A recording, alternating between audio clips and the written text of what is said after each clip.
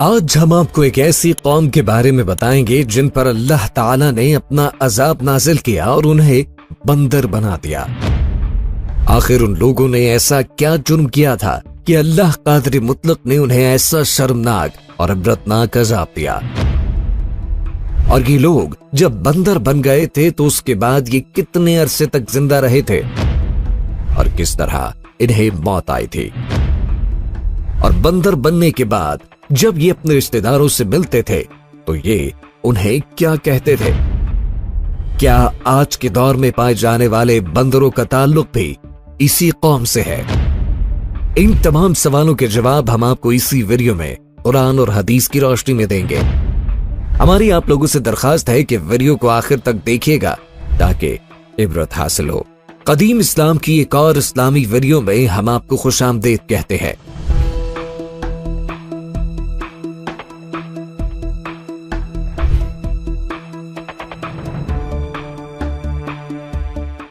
ناظرین، دراصل یہ قوم حضرت داؤد علیہ السلام کی قوم تھی جسے اللہ نے بندر بنا دیا تھا۔ حضرت داؤد علیہ السلام اللہ کے نیک بندے اور برگزیدہ نبی تھے۔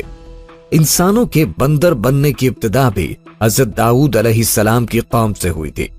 پیارے دوستوں، حضرت داؤد علیہ السلام اور ان کی قوم کے 70,000 افراد سمندر کنارے ایلا نامی بستی میں رہا کرتے تھے۔ ان لوگوں کو اللہ نے بے شمار نعمتوں سے نوازا تھا۔ ان کے پاس نہ اناج کی کمی تھی نہ پانی کی، ہر طرف سرسبز باغات تھے اور خوشحالی ہی خوشحالی تھی۔ ان سب کے باوجود یہ لوگ طرح طرح کے گناہوں میں مبتلا ہو گئے اور اللہ کی نافرمانی کرنے لگے۔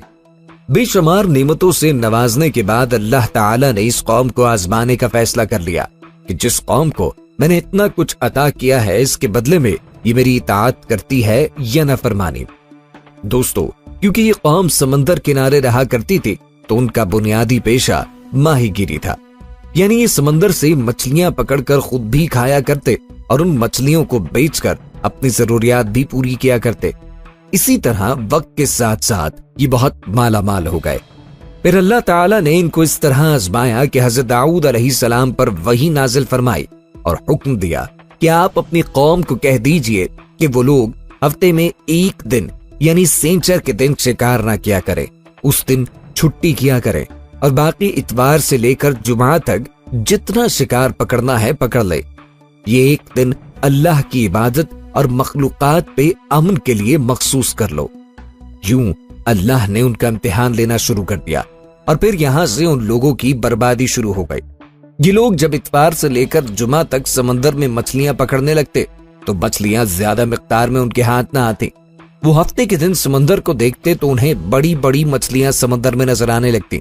ان لوگوں میں سے ایک شخص کو شیطان نے ورغلایا کہ پریشان کیوں ہوتے ہو، میری ترکیب پر عمل کرو، تم شکار سے کبھی محروم نہ رہو گے۔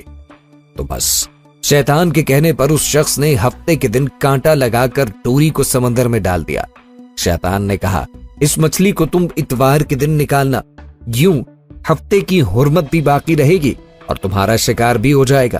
بس شیطان کی بتائی ہوئی ترکیب پہ ہفتے کے دن مچھلی پھنسی رہتی، وہ اتوار کے دن نکالتا اور خوشی سے کھاتا۔ جب آس پاس کے لوگوں نے پوچھا تو وہ ان کو بھی یہ ترکیب بتانے لگا۔ یوں اس قوم کے کچھ لوگ ہفتے کے دن مچھلی پکڑنے کے لیے جال پھینکتے اور اتوار کو نکال لیتے۔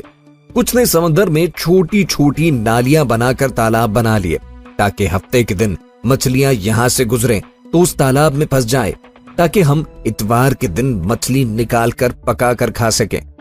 دوستو، اس گاؤں میں اللہ کے کچھ خاص بندے بھی موجود تھے۔ وہ کہنے لگے، اے لوگو، اللہ نے ہفتے کے دن شکار کرنے سے منع کیا ہے۔ یہ جو تم جال پھینکتے ہو یہ چھوٹے تالاب بنائے ہیں، ان میں اگر ہفتے کے دن مچھلی پھنستی ہے تو وہ شکار ہفتے کے دن کا ہوگا۔ تم لوگ اللہ کے عذاب سے ڈرو، اللہ کی نافرمانی نہ کرو۔ وہ لوگ ان لوگوں کا مذاق اڑانے لگے کہ ہماری جو مرضی ہوگی وہ کریں گے۔ اس بستی میں 3 گروہ بن گئے۔